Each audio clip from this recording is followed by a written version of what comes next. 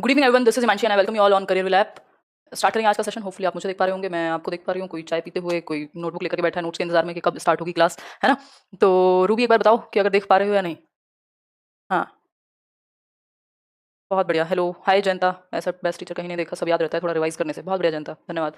अंशिका, कीर्ति, कोशिश तो रहती है कि डिस्कशन अच्छे हो। हाँ, तबियत ठीक है। शहनाज, अंजी मैम, अब आए हो आप। जी जी मोनिका, बहुत बढ़िया। अभिषेक, तो आज की हमारा इंटेलिजेंस चैप्टर चल रहा है और बहुत बढ़िया। कमल, वेलकम है आपका, पहली बार आए हैं आप। देखिए, हमारा टॉपिक जो चल रहा है इंटेलिजेंस का चैप्टर है अपना, बुद्धि का, जिसमें हम कुछ थियरीज समझ चुके हैं 5-6, और आज 2 थियरीज को समझेंगे। SOI मॉडल ऑफ इंटेलिजेंस यानी स्ट्रक्चर ऑफ इंटेलेक्ट, यानी बुद्धि की संरचना। JP Gilford 3D model of intelligence भी इसको बोल देते हैं। एक तो ये थियरी है जिसको आज हम समझेंगे। दूसरी थियरी है थॉमसन की, Godfrey Hilton Thomson, GH Thomson बोलते हैं उनको, उनकी सैम्पलिंग थियरी है। इन दोनों को समझेंगे। बहुत बढ़िया दीदी, उन दोनों को समझेंगे। जी दीपिका, 5 से 10 मिनट का बफर रहता है, बट आई ट्राई के उसको और बिल्कुल 7 बजे ही ले आएं, है ना। चलिए आ जाते हैं, एक बार पॉइंट पे आते हैं।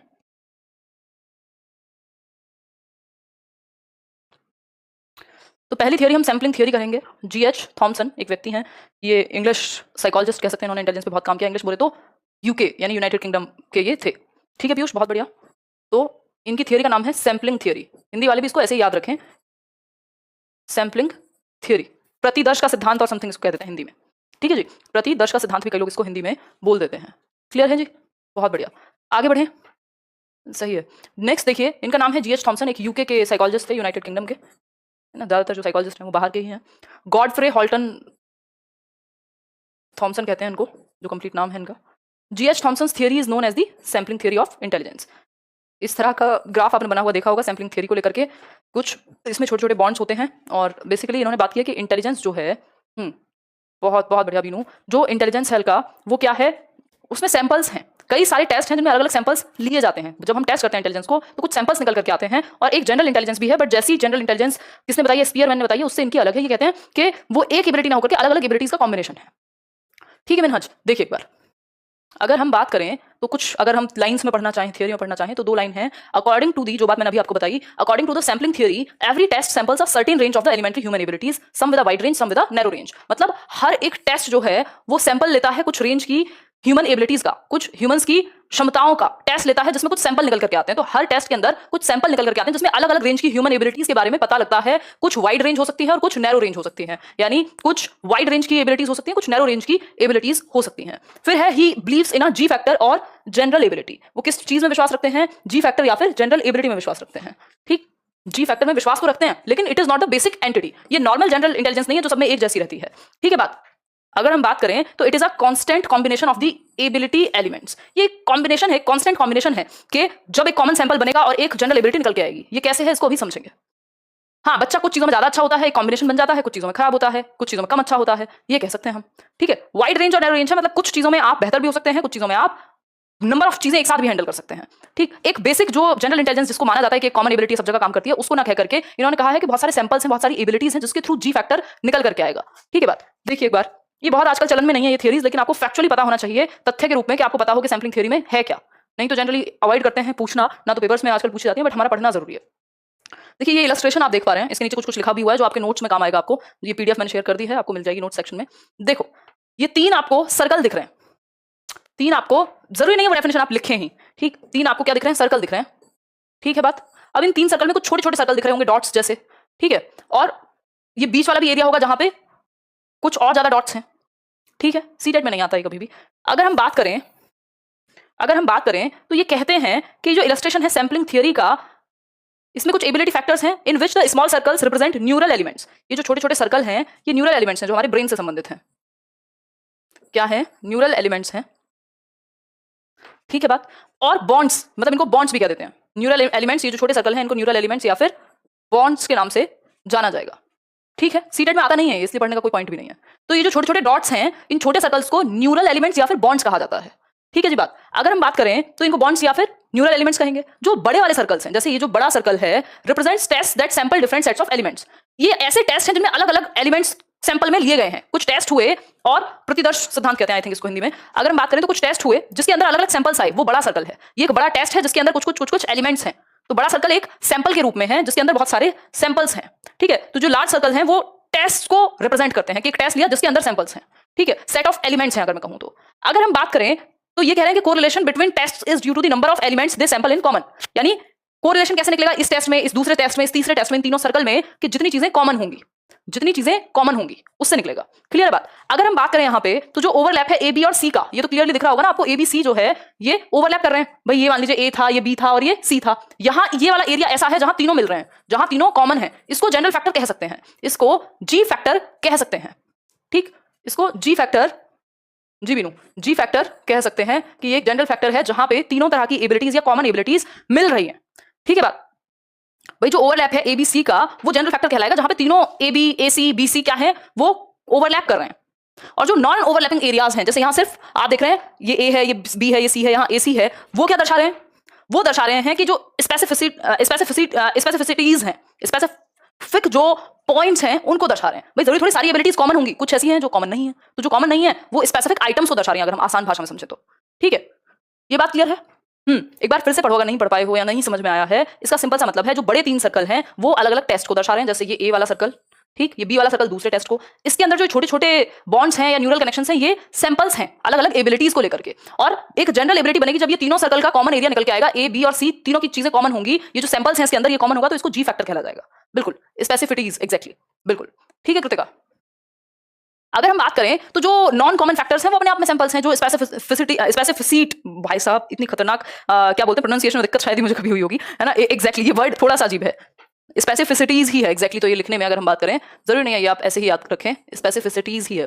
बोलने में थोड़ी सी दिक्कत हो रही है क्योंकि जनरली हम इसको बोलते नहीं है, यही एग्जैक्ट स्पेलिंग है इसकी, स्पेसिफिसिटीज। ठीक, अगर हम बात करें, पूजा नहीं ब्लॉक नहीं हो आप, अब आ गया समझ। चलिए बिनू एक बार फिर से समझेंगे, पहले एक बार देखो इसको देखो और समझो। फिर से मैं आपको बता देती हूँ, अगर आप चाहो तो इसको हम जूम इन कर सकते हैं, अगर एक बार रीड करना है तो कर सकते हो।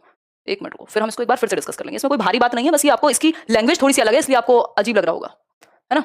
देखो एक बार ये पढ़ के देखो हल्का सा, ये देखो। हाँ, इसमें बात हुई है कि जो ये इलस्ट्रेशन है जिसमें illustration of the sampling theory of ability factors, अलग अलग एबिलिटी के कुछ फैक्टर्स हैं इस सैम्पलिंग थ्योरी में। अरे रे रे, हाँ ये देखो, ठीक है।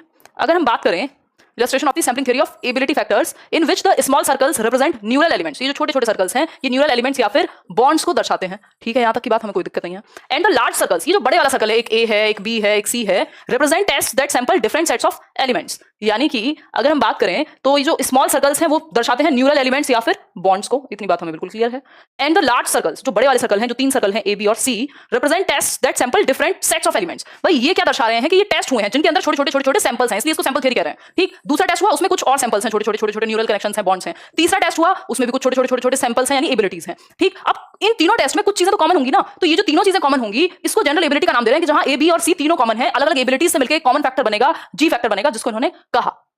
ठीक है बात, फिर से अगर पढ़ना है तो पढ़ लो, वैसे मैंने बहुत आसानी से समझा दिया है। Correlation between test is due to the number of elements they sample in common. भाई कोरिलेशन कैसे है, ए टेस्ट में भी कुछ कॉमन आया, बी टेस्ट में भी कुछ कॉमन आया, सी में भी कुछ कॉमन आया, एक बीच में कोरिलेशन बन गया। कैसे बना? क्योंकि कुछ चीजें कॉमन आ गई, जो चीजें कॉमन आ गई उनको जी फैक्टर कह दिया। सिंपल बात है कि नहीं? क्लियर है कि नहीं?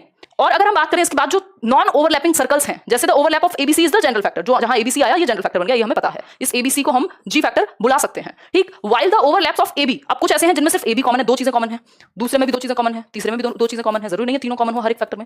इनको ग्रुप फैक्टर्स कह रहे हैं, क्योंकि ग्रुप बन गया ना। ग्रुप फैक्टर वो है जिनमें 2 या 2 से अधिक या 2 जो आपके सर्कल है उनमें कुछ कॉमन है तो वो ग्रुप फैक्टर, और तीनों में जो कॉमन है वो जनरल फैक्टर। समझ पा रहे हो या नहीं समझ पा रहे हो? अभी समझ में आया अच्छे से? ठीक है, मैं फिर से समझा दूंगी, कोई बात नहीं। द नॉन, क्योंकि पढ़ी नहीं होगी आपने आज से पहले शायद, इसलिए भी दिक्कत हो रही होगी। बहुत बढ़िया हुमा। देखिए, are group factors the non overlapping areas are the test स्पेसिफिसिटीज।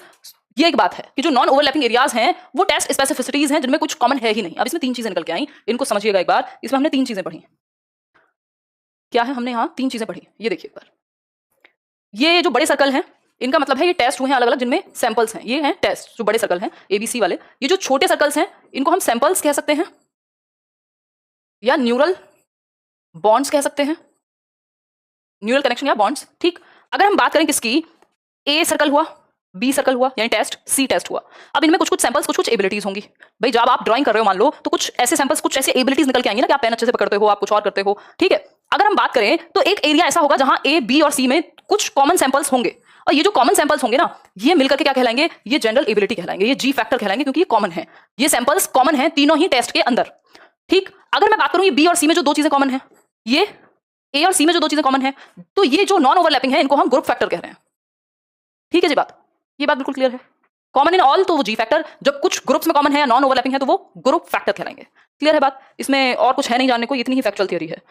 आगे बढ़ेंगे। देखिए नेक्स्ट थियरी है आपकी स्ट्रक्चर ऑफ इंटेलेक्ट। हाँ 3 से ज्यादा भी हो सकता है टेस्ट का नंबर, बट ये एक समझाने का तरीका है इनका जो इन्होंने अपनी थ्योरी में रिप्रेजेंट किया कि अलग अलग जब टेस्ट हुए तो कुछ चीजें ओवरलैप करेंगी, कुछ चीजें कॉमन होंगी जो आपकी ड्राइंग में भी हैं, जो आपकी मैथ्स में भी हो सकती हैं, चाहे वो ड्रॉ करना हुआ है ना, तो कुछ स्पेसिफिसिटीज कॉमन होंगी। नहीं सोनी कोई भी ब्लॉक नहीं होता भाई। बहुत बड़े मोनिका जी, जुलाई में होगा ये खत्म बैच, अगर आप सबसे पुराने बैच में हैं तो। आगे से किसी ने ये पूछा कि मुझे ब्लॉक कर दिया तो उसको ब्लॉक कर दिया जाएगा। जब तक आप कुछ अभद्र नहीं लिखते हैं तब तक आपको ब्लॉक नहीं किया जाता है ना। यहाँ तो रेयर केस में जरूरत पड़ती है ब्लॉक करने की। सब ठीक रहता है ना, क्योंकि सब सीरियस होकर पढ़ने आए हैं कोर्स लेकर के प्रॉपर, तो पॉसिबिलिटी कम हो जाती है। देखो नेक्स्ट थियरी है स्ट्रक्चर ऑफ इंटेलेक्ट या स्ट्रक्चर ऑफ इंटेलिजेंस, जिसको SOI मॉडल कह दिया जाता है। ठीक है जी, SOI मॉडल या 3D theory of intelligence. 3D theory of intelligence. जी जी जी वत्सला, अगर हम बात करें बहुत बड़े मधु, अगर हम बात करें हाँ 3D थियरी कहते हैं इसको, यानी 3 डायमेंशन है इसमें, 3 सतह हैं, 3 डायमेंशन है इसमें। इसको बुद्धि की संरचना भी कह दिया जाता है। बुद्धि की संरचना दिया किसने है? JP गिलफोर्ड, मैं हिंदी में लिख देती हूँ, गिलफोर्ड। JP गिलफोर्ड ने इसको दिया है, जिन्होंने डाइवर्जेंट और कन्वर्जेंट थिंकिंग की भी बात की है। ठीक है शालिनी। जॉय पॉल गिलफोर्ड एक अमेरिकन मनोवैज्ञानिक थे, यानी एक अमेरिकन साइकोलॉजिस्ट थे। कौन? JP गिलफोर्ड, जिनका पूरा नाम है जॉय पॉल गिलफोर्ड। त्रिआयामी भी कह देते हैं इसको, 3 आयाम है इसमें, हिंदी में लिख सकते हो, है ना। जी जी कमलेश बिल्कुल, हाँ इसीलिए मैं थोड़ा और विस्तार से चल रही हूँ, क्योंकि कोई एग्जाम एकदम इमीडिएटली नहीं है तो आराम से पढ़ेंगे। उन्होंने अभिसारी और अपसारी चिंतन के बीच अंतर बताया कि what is divergent and convergent thinking. इसकी बात जॉय पॉल गिलफोर्ड ने ही की है। ठीक है जी। उन्होंने प्रस्तावित किया कि बुद्धि के सटीक विवरण के लिए 3 आयाम होते हैं, यानी 3 आयाम का मतलब है 3 डायमेंशंस। अगर ठीक से बुद्धि को समझना है तो 3 डायमेंशंस को समझना होगा। ऐसा कौन कह रहा है? जॉय पॉल गिलफोर्ड कह रहे हैं। और ये कौन से हैं 3 आयाम? CPO से याद रख सकते हो, या PCO से, प्रोडक्ट, कंटेंट, प्रोडक्ट, और CPO या PCO, प्रोडक्ट, कंटेंट और ऑपरेशंस। ठीक, ये है 3 आयाम। 3 आयाम कौन से हैं? प्रोडक्ट, कंटेंट और ऑपरेशंस। ये 3 है, 3 आयाम। हाँ ये तो सीटेट में पूछा जाता है। ठीक है, देखो एक बार अभिसारी और अपसारी चिंतन पे भी बात करेंगे, या क्रिएटिविटी की बात आएगी ना जब करेंगे इसको बात, बट ये बात याद रख लेना, ये JP गिलफोर्ड ने दिए हैं।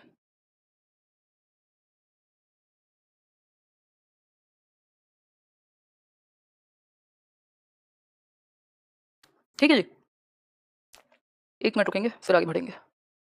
हाँ पता नहीं लगता मिनहज टाइम का, एक मिनट को।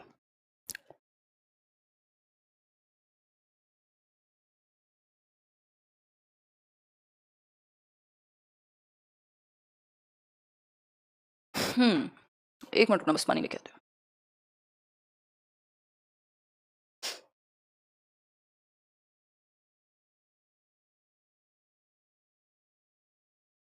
चलिए एक मिनट को, इतने नोट डाउन करो पहले का।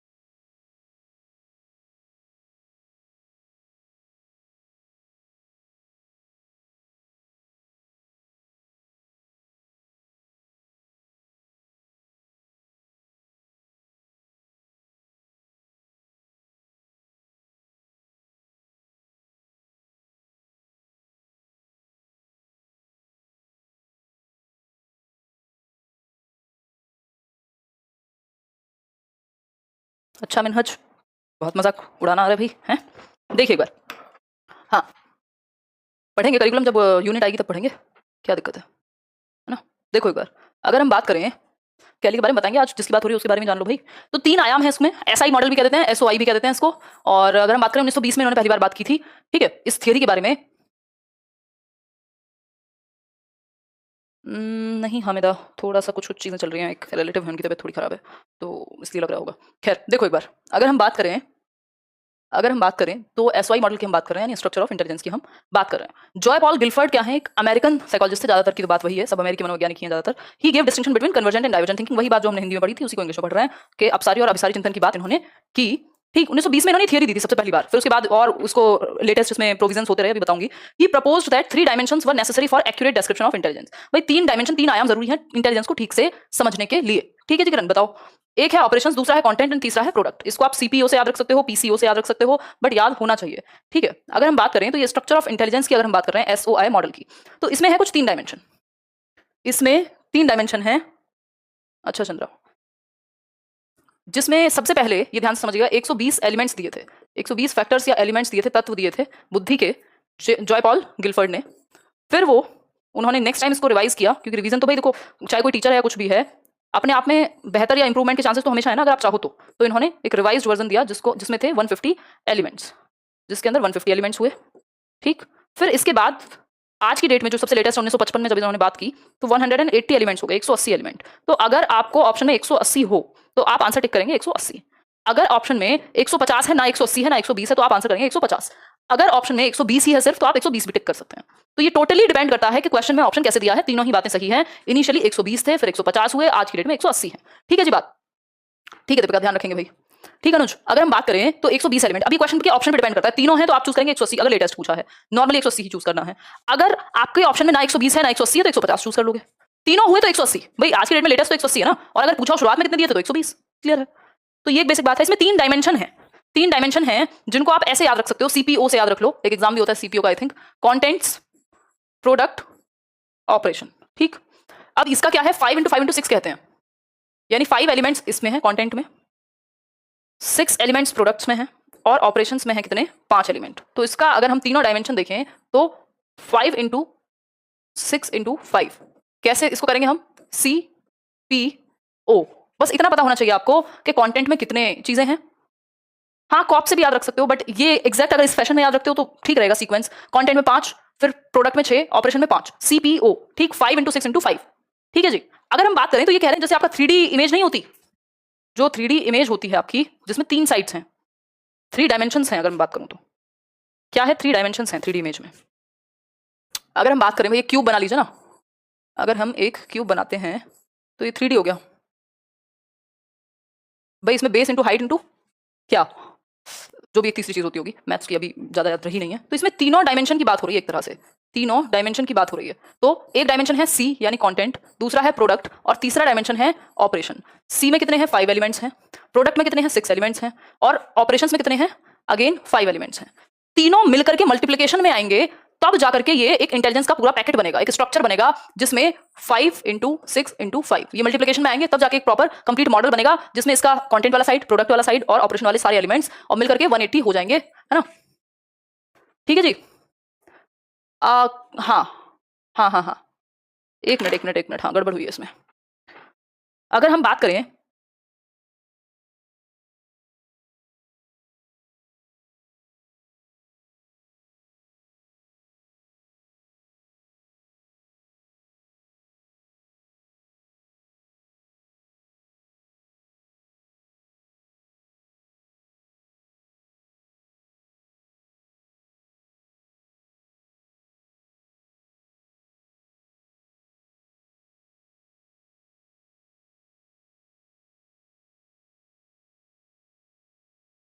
ठीक है जी बात। हाँ 150 बन रहा है, वही 150 बन रहा है। इसका जो कॉम्बिनेशन है 180 वो डिफरेंट है, ये पुराने वाला मैं डिस्कस कर रही हूँ आपसे, है ना। ये जो कॉम्बिनेशन है ये डिफरेंट होगा। इसको एक मिनट चेक करो तो पता लगेगा कि इन्होंने किस किस में ऐड किए थे। एक मिनट रुको, लेट मी चेक। हाँ कार्तिक, वो आप सही बोल रहे हो। तो फिर कॉप से याद रख लेंगे, नई वाले को, और क्या है। इसमें मैंने थोड़ा सा इग्नोर कर दिया।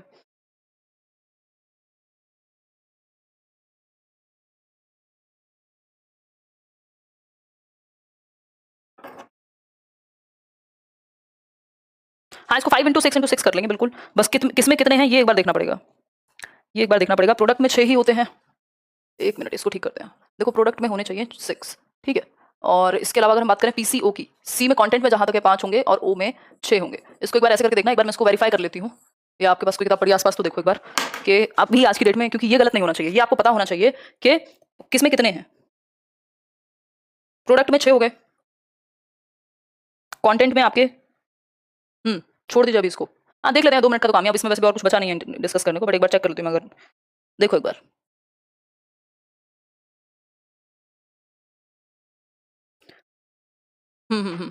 ठीक है ठीक है ठीक है ठीक है, राइट है मैम। हाँ अभी इसको यही नोट करो 656 को ही, और अगर इसमें कुछ चेंज है पीसीओ में तो मैं एक बार कल डिस्कस करूंगी, क्योंकि इंटरनेट का भरोसा नहीं है, अगर मैं गूगल करूंगी तो कहीं कुछ आएगा कहीं कुछ आएगा, वो जरूरी नहीं है कि ऑथेंटिक है। एनसीईआरटी खोल के एक बार देखना पड़ेगा कि उन्होंने कितने दिए हुए हैं, ठीक है। तो अभी इसको यही मानिएगा 6 × 5 × 6, मेरे ख्याल में जितना मुझे याद आ रहा है तो यही है, इसमें कुछ परिवर्तन होगा तो मैं बता दूंगी एक बार, ठीक है। तो अभी नोट कर लेना, इस पर स्टार के लिए जगह छोड़ देना कल के लिए, तो एक बार मैं डिस्कस करा दूंगी फाइनली। बट ये पक्का निश्चित है कि 180 है आज की डेट में, और 3 साइट्स हैं जैसे कंटेंट, प्रोडक्ट और ऑपरेशन, ठीक। आगे बढ़ेंगे, इनको अगर हम समझना चाहें तो इस तरह समझ सकते हैं, ये मैंने एक्स्ट्रा में ही, हाँ अरे ये लिखा तो हुआ है, देखो एक बार, ये 5 × 6 × 6 तो हमने समझ लिया। देखो अब कंटेंट में हमने कुछ 5 चीजें ऐड की हुई है। Content 5 content dimensions, broad areas of information to which the human intellect applies operation. Content वो चीज है जिसमें आप ऑपरेशन को अप्लाई करेंगे, ठीक है, जिसमें आप ऑपरेशन को अप्लाई करेंगे, ठीक। अब इसमें विजुअल है, ऑडिटरी है, सिंबॉलिक है, सिमेंटिक है, बिहेवियरिस्टिक है, ये याद रखने की जरूरत नहीं है, बट फिर भी आपको पता होना चाहिए, एटलीस्ट रेयर केस में पूछ ले, इसको समझने की भी जरूरत नहीं होती है, एक्स्ट्रा में नोट्स के लिए ही है सिर्फ, ठीक है बात। अगर हम बात करें प्रोडक्ट की, तो प्रोडक्ट में है 6 चीजें, तो सीपीओ से याद रखेंगे 5 × 6 × 6, ठीक है। तो ऑपरेशन में वो चीजें जिनके थ्रू आप कोई एक्टिविटी कर पाएंगे, जैसे संज्ञान है आपका, मेमोरी है आपकी, डाइवर्जेंट प्रोडक्शन है, कन्वर्जेंट थिंकिंग है, इवैल्यूएशन है, जिनके थ्रू आप किसी चीज तक पहुंच पाओगे। इसके अलावा अगर हम बात करें, हाँ रूबी, प्रोडक्ट की यदि हम बात करें तो इसमें भी 6 चीजें हैं, कॉम्प्लेक्सिटी बढ़ती जाएगी, units, classes and all.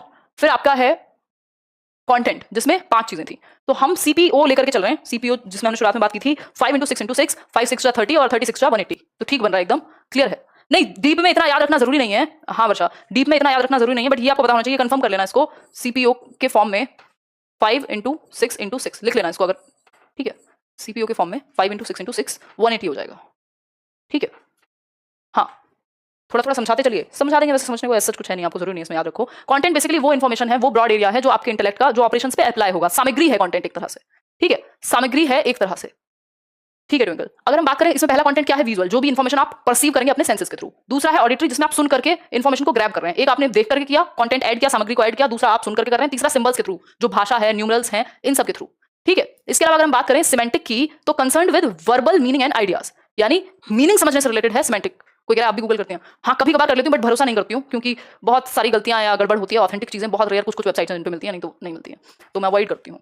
It's better कि आप ऑथेंटिक बुक्स के साथ जाएं, ठीक। अगर हम बात करें बिहेवियरल की, तो information perceived as acts of people, व्यवहार से संबंधित है कि हम लोगों से जो परसेप्शन बनाते हैं व्यवहार करके, वो कैसे वर्क करता है। फरहत बहुत बढ़िया जी, मोनिका। तो ये 5 एलिमेंट्स हैं जो आपके कंटेंट में हैं, इसको करेक्ट कर लीजिएगा, इसमें कल बताने को कुछ बचा नहीं है। फिर है प्रोडक्ट, जिसमें 6 एलिमेंट्स हैं। प्रोडक्ट क्या है, जिन पे आप इन कंटेंट्स को यूज करेंगे, जो सामग्री है जिन पे आप इनको यूज करेंगे। फॉर एग्जांपल इसमें 6 चीजें हैं, जैसे यूनिट्स होंगी, आइटम्स, यूनिट्स मतलब नॉलेज के आइटम्स जो आपके दिमाग में चल रहे हैं, क्लासेस यानी अलग अलग यूनिट्स को अलग अलग एबिलिटीज, कॉमन एबिलिटीज के हिसाब से आपने डिवाइड कर दिया, ठीक। फिर है रिलेशंस, यानी यूनिट्स लिंक्ड एज ऑपोजिट्स और इन एसोसिएशन, सीक्वेंसेस और एनालॉजीज, सीक्वेंस आपस में क्या है, रिलेशन कैसा बनता है। फिर है सिस्टम्स, मल्टीपल रिलेशंस, भाई कई सारे स्ट्रक्चर में कई सारे मल्टीपल रिलेशन हो सकते हैं, जिनको हम स्ट्रक्चर कह रहे हैं यहाँ पे, या सिस्टम्स कह रहे हैं। फिर है ट्रांसफॉर्मेशन, जो चेंजेस होंगे, जो कन्वर्जन होंगे, वो ट्रांसफॉर्मेशन में आ जाएंगे। इंप्लीकेशन है, जब आप किसी चीज से रेफरेंस निकालते हैं, कुछ प्रिडिक्ट करते हैं, अनुमान लगाते हैं, वो सारी चीजें।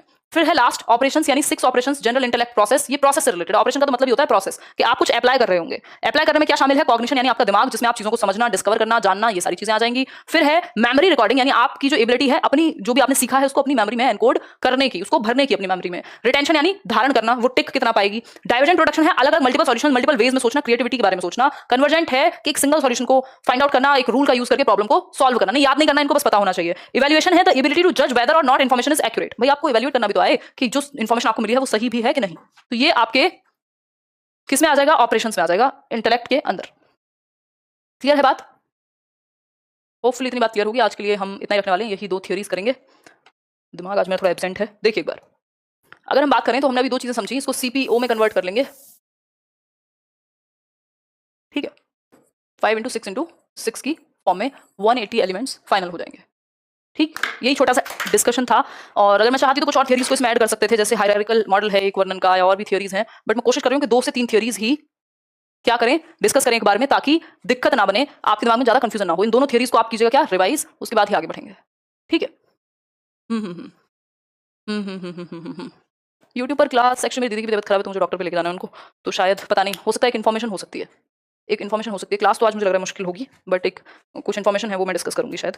और अपसाइड अपसाइड तो कुछ नहीं यार, लाइफ ऐसी चीज़ें चलती रहती हैं। थोड़ा आसपास आप दुख देखते हो। मेरी जो एक मामी जी थी, उनकी 2 साल पहले डेथ हुई थी, अभी उनके हस्बैंड की भी हालत जो है खराब है, मतलब मामा जी। तो वो थोड़ा सा मतलब अजीब होता है, बच्चे छोटे हैं समथिंग लाइक दैट, तो वो आप एनर्जी पिक कर लेते हो कुछ चीज़ें ना, तो वो इंसान ही हो आप at the end of the day, तो डिस्टर्बेंस क्रिएट होता है दिमाग में इमोशनल लेवल पे ना, क्योंकि हम कितना भी प्रैक्टिकल बन लें इंसानियत को नहीं छोड़ सकते। ये सबको पता है कि सबको एक दिन निकलना है, बट पेन तो फिर भी होता ही है ना। खैर चलो फिर कोई और बात हो तो बताओ। इसमें कुछ नहीं था जेपी गिलफर्ड में, इन्होंने कहा 3 आयाम है बुद्धि के, जिसमें सीपीओ 5x6x6, मतलब कंटेंट प्रोडक्ट और ऑपरेशंस 3 साइड है एक तरह से, ठीक है, 3 साइड है एक तरह से, जो मिलकर के इंटेलिजेंस का निर्माण करती हैं, जिनका मल्टीप्लिकेशन होगा। ठीक है जी, बात पीछे क्लास में रिवाइज कर लेना। 180 हो जाएगा, हाँ बिल्कुल 180 हो जाएगा। 5x6x6 बराबर 180। ठीक है, बिल्कुल बिल्कुल बिल्कुल। हाँ, I am taking care of your self, of my self. दिमाग देखो कहाँ है। थॉमसन में तो कुछ नहीं था, उन्होंने कहा भाई सैम्पलिंग थ्योरी है, जिसमें कुछ चीजें आपकी अलग अलग टेस्ट लिए ABC, उसके अंदर कुछ कुछ सैंपल्स आए, जो सैंपल कॉमन थे उनको जनरल फैक्टर कह दिया, जो सैंपल ग्रुप में एक साथ थे उनको ग्रुप फैक्टर कह दिया, और यही उन्होंने बात की, बस इतना ही था ना। इनमें से कुछ थियरीज ऐसी होंगी जिनके फैक्ट्स आपको एकदम याद करके रखने हैं या फैक्चुअल बेसिस पे रखना है, उनमें जरूरी नहीं है कि बहुत अंडरस्टैंडिंग की चीजें हैं। हाँ चलो फिर, टेक केयर, ध्यान रखिए, कल मिलते हैं। और कोई डाउट है किसी का? चलो फिर।